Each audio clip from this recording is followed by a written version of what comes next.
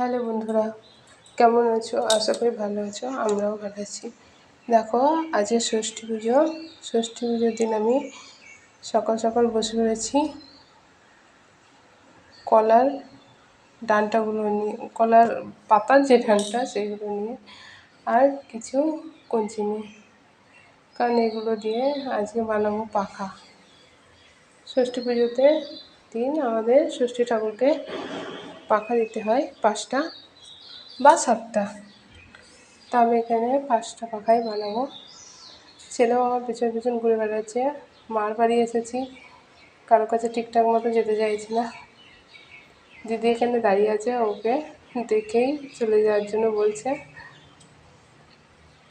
আর আমিও সকাল সকাল এই কাজগুলো করে নিচ্ছি, কারণ 10টার মধ্যে পুরোহিত মশাই চলে আসবে, তাড়াতাড়ি রেডি হয়ে নিতে হবে। দেখো আমার উপরে উঠে কী করছে, কারো কাছে যাচ্ছে না।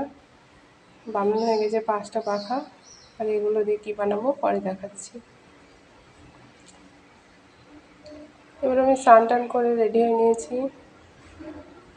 স্নান করে আমি বানাচ্ছি এদিকে 5 ভাজা, অর্থাৎ 5 রকমের ভাজা। সেটা আমি কাঠখোলায় ভেজে নিচ্ছি। ভালো পারি না, তবুও যেরকম পারি সেরকম ট্রাই করছি। এরকম ভাজা হয়ে গেছে। এবার আমি এখানে ক্ষীর বানাবো বলে দুধ নিয়ে বসে পড়েছি। দুধ জাল দিচ্ছি।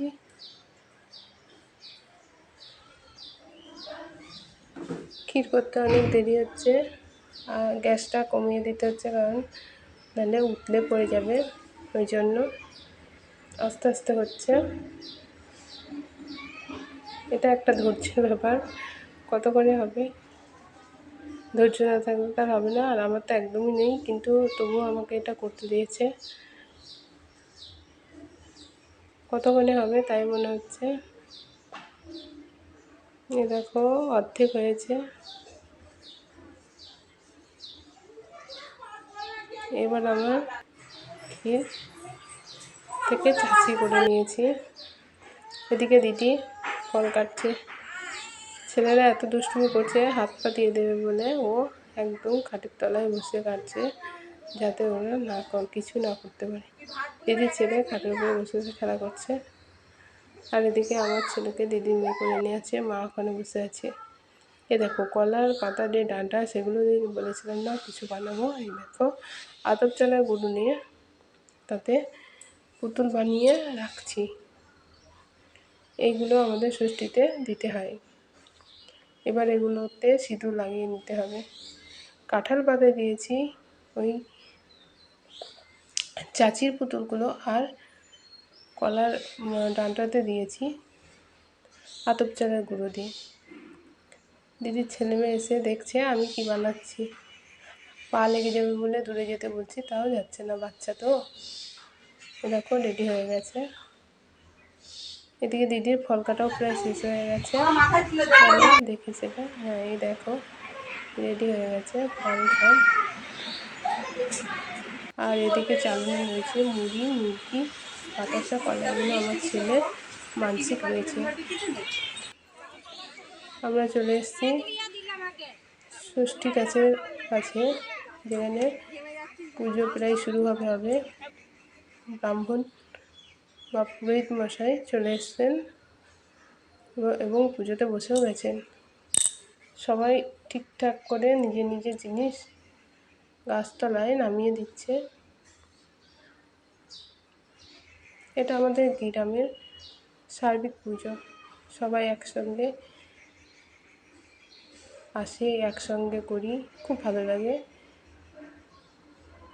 সবার সঙ্গে দেখা হয়, অনেক চেনা মুখ, অনেক অচেনা মুখ। কারণ নতুন নতুন অনেক ছেলেদের বিয়ে হয়েছে, যারা নতুন বউ তাদেরকে আমরা চিনি না, সেই জন্য বললাম অচেনা মুখ।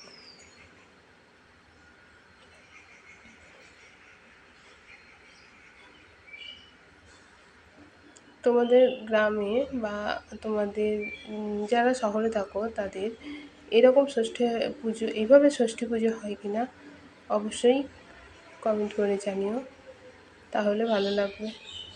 সাংস্কৃতিক যে আদান প্রদান সেটা ঘটবে। সোশ্যাল মিডিয়া কিন্তু একটা সুবিধা করে দিয়েছে, বা নিজেদের মধ্যে পরিচিতি করার একটা সুবিধা করার মাধ্যম, যার মাধ্যমে আমরা জানতে পারি আমাদের এই একটা বাচ্চা আজ তার নতুন ষষ্ঠী পুজো ব্রাহ্মণে করার পর প্রত্যেক মায়েরা ষষ্ঠী গাছে দই কলা সিঁদুর দিয়ে প্রত্যেক নিজের বাচ্চার জন্য বা ছেলে মেয়ের জন্য সুখ শান্তি কামনা করেন। ষষ্ঠী গাছকে ঠান্ডা করে যাতে উনি আমাদের ছেলে বা মেয়েদের সারা জীবন শান্তিতে সুস্থভাবে রাখেন।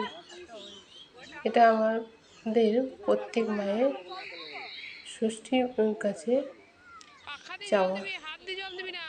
দেখো সবাই কীভাবে ষষ্ঠী গাছে দই কলা লেখে ষষ্ঠী ঠাকুরকে ঠান্ডা করছে।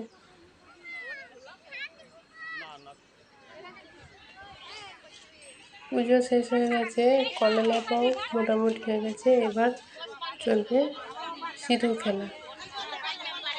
এই রীতিটা খুবই একটা সুন্দর আর সুখের মুহূর্ত, যা খুবই একটা উপভোগ করার জিনিস। এই প্রচণ্ড রোদে গরমে বাচ্চারা সব ঘেমে কী হচ্ছে, আর এই দেখো একটা পুকুর, এটা আমাদেরই পুকুর। এখন পুকুরটাকে সেই অর্থে পরিষ্কার করা হয় না হয়তো, সেই জন্য এরকম জংলা হয়ে গেছে। সুন্দর মুহূর্ত।